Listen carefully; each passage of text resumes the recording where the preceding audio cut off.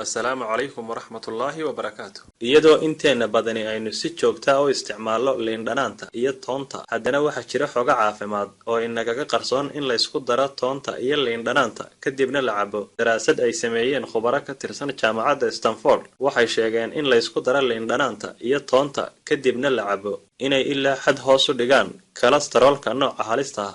sidoo kalena waxay sheegeen in isku daritaanka toonta iyo liin dhanaanta oo la isku daro kadibna la cabaa ay dawo ka yihiin kana hortagaan xanuunka maskaxda ka yimaada ee faaliga ama stroke iyo sidoo kalena xanuunada ku dhaca wadnaha.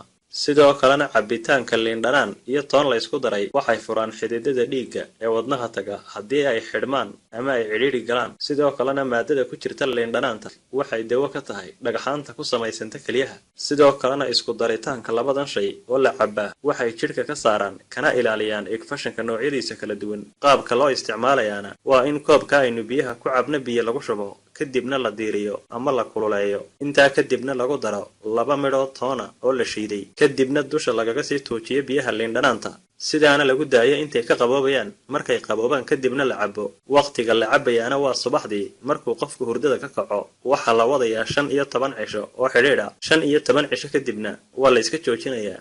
waxaanay ku taliyeen khubaradani in qofku sanadkii ama 6 biloodba hal mar sidaas oo kale uu sameeyo. ilaahay baana cudurka iyo caafimaadkaba haya.